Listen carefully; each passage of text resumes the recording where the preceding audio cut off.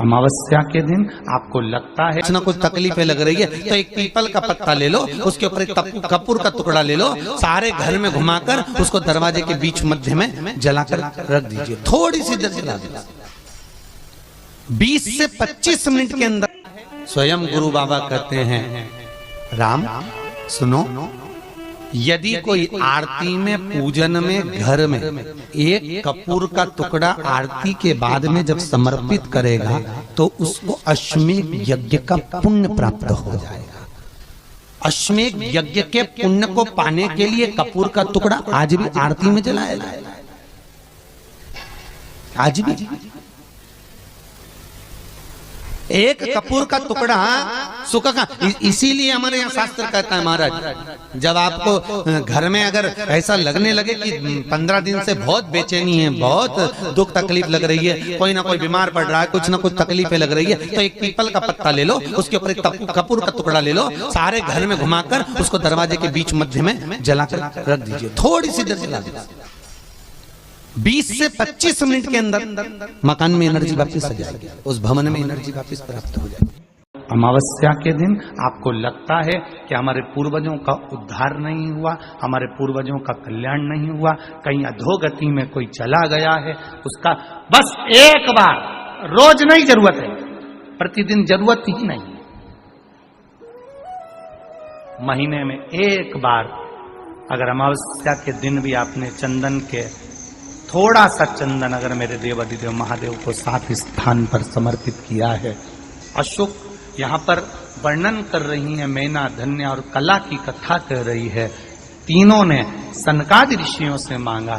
चंदन भगवान को अति प्रिय होता है और चंदन ही एक ऐसा होता है जो पितरों को भी प्रिय होता है, जिसका स्पर्श मात्र लगने से पूर्वजों का कल्याण हो जाता है, वो चंदन है। 7 स्थान शिवलिंग के बताए हैं, जहां पर भूल से भी अगर कोई चंदन की उंगलियां लगा देता है, 7 स्थान ऐसे हैं जहां चंदन की मात्र उंगलियां लगा देने से ही शिव पितृलोक के पितरों को मुक्ति प्रदान करके वैकुंठ लोक का निवास दे देते हैं। 7 स्थान,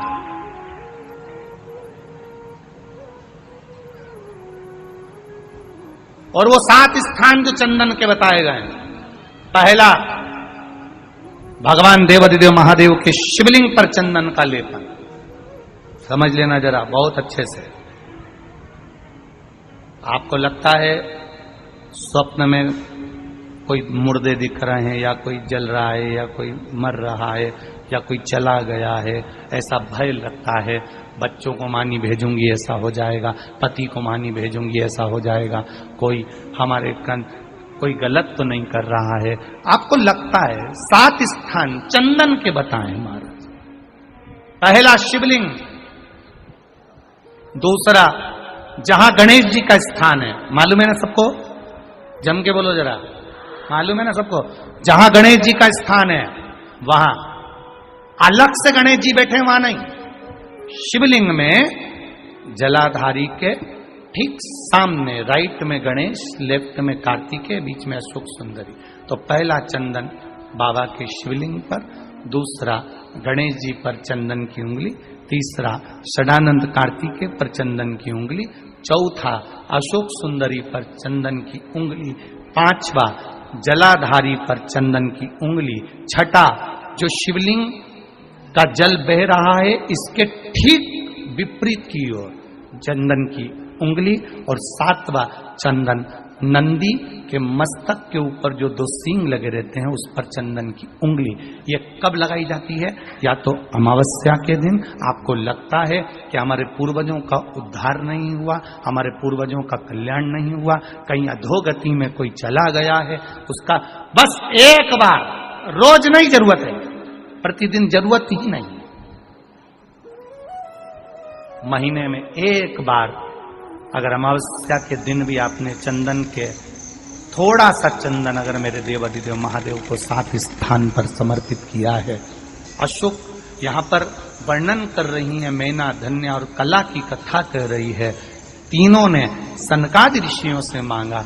चंदन भगवान को अति प्रिय होता है और चंदन ही एक ऐसा होता है जो पितरों को भी प्रिय होता है, जिसका स्पर्श मात्र लगने से पूर्वजों का कल्याण हो जाता है, वो चंदन का। आपके घर में पितृदोष है, आपको ऐसा महसूस होता है,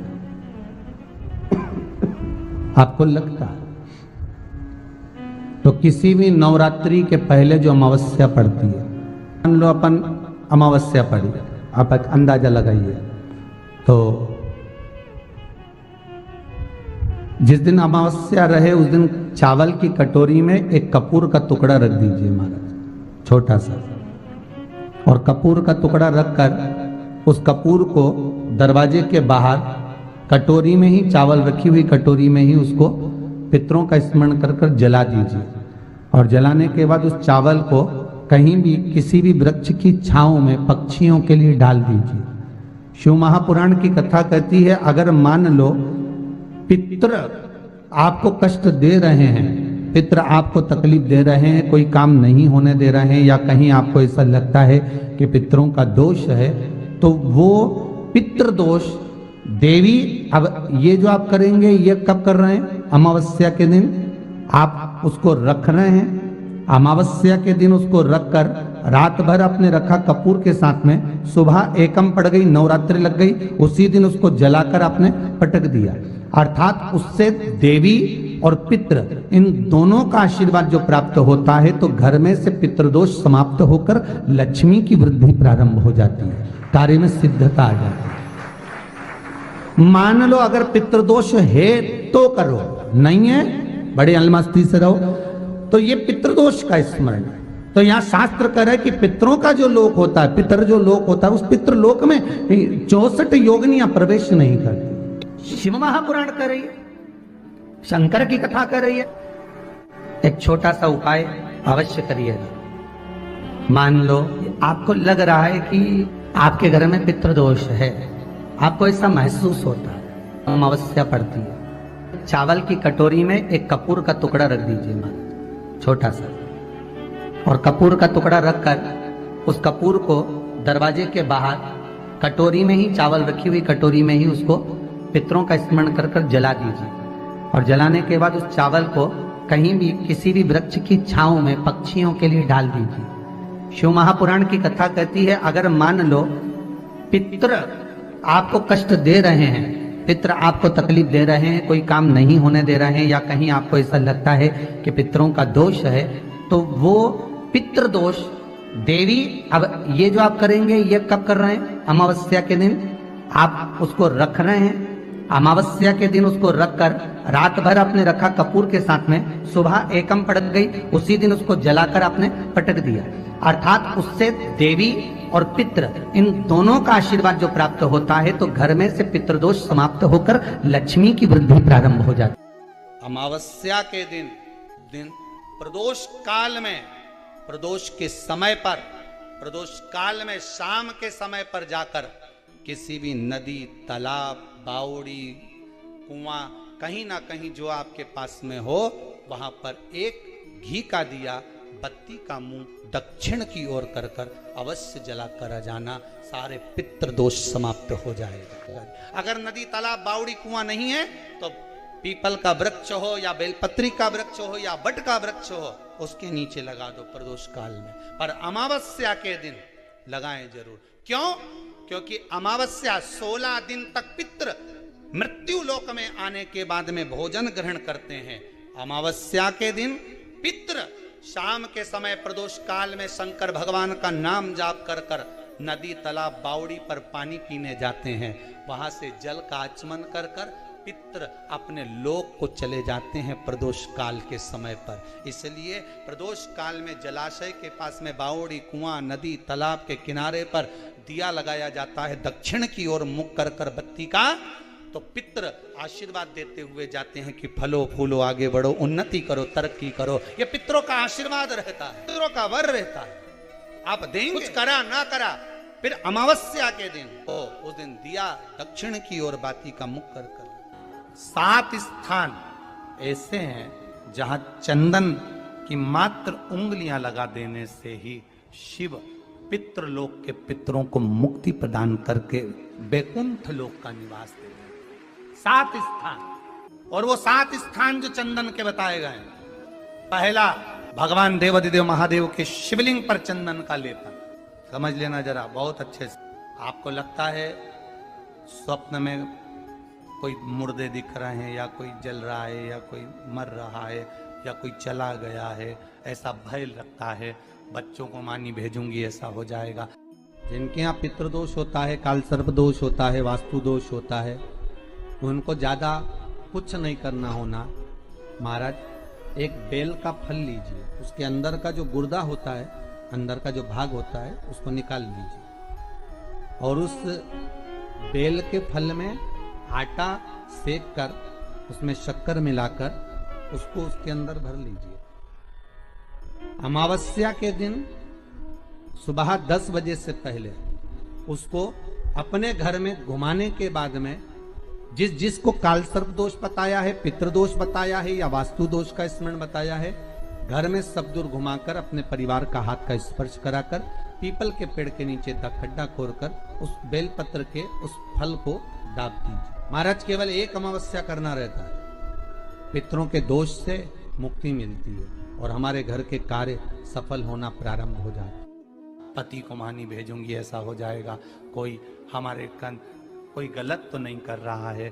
आपको लगता है 7 स्थान चंदन के बताएं, बाबा के शिवलिंग पर, दूसरा गणेश जी पर चंदन की उंगली, तीसरा षडानंद कार्तिकेय पर चंदन की उंगली, चौथा अशोक सुंदरी पर चंदन की उंगली, 5वां जलाधारी पर चंदन की उंगली, छठा जो शिवलिंग का जल बह रहा है इसके ठीक विपरीत की ओर चंदन की उंगली, और 7वां चंदन नंदी के मस्तक के ऊपर जो 2 सींग लगे रहते हैं उस पर चंदन की उंगली।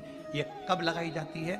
या तो अमावस्या के दिन। आपको लगता है कि हमारे पूर्वजों का उद्धार नहीं हुआ, हमारे पूर्वजों का कल्याण नहीं हुआ, कहीं अधोगति में कोई चला गया है, उसका बस एक बार, रोज नहीं जरूरत है, 4 दिन दुकान अच्छी चले, बाकी के समय देखना पड़े, समझ लेना पितृदोष। घर में बच्चे चिड़चिड़े हो जाए, गलत संगति में डूब जाए, समझ लो चिड़चिड़ हो रहे हैं, पितृदोष। घर के बच्चे माता पिता का आदर न करें, सम्मान न करें, तेज आवाज में बात करें, समझ लो पितृदोष। पितृदोष मालूम पड़े। और इतने से भी अगर आप नहीं समझ सकते, परिवार का कोई एक व्यक्ति जब जब भोजन करने बैठे तब तब उसकी थाली में बाल आए, भले वो होटल में खाए तो भी बाल आ जाए, वो कहीं खाना खा रहा है तो बाल आ जाए। 8-15 दिन में, 4 दिन में, 3 दिन में, 2 दिन में, 6 दिन में आपकी थाली के भोजन में अगर बाल निकल रहा है, केश निकल रहा है, समझ लेना कि पितृ आपसे कुछ मांग रहे हैं, पितृ आपसे कुछ चाहते हैं। महाराज एक बेल का फल लीजिए।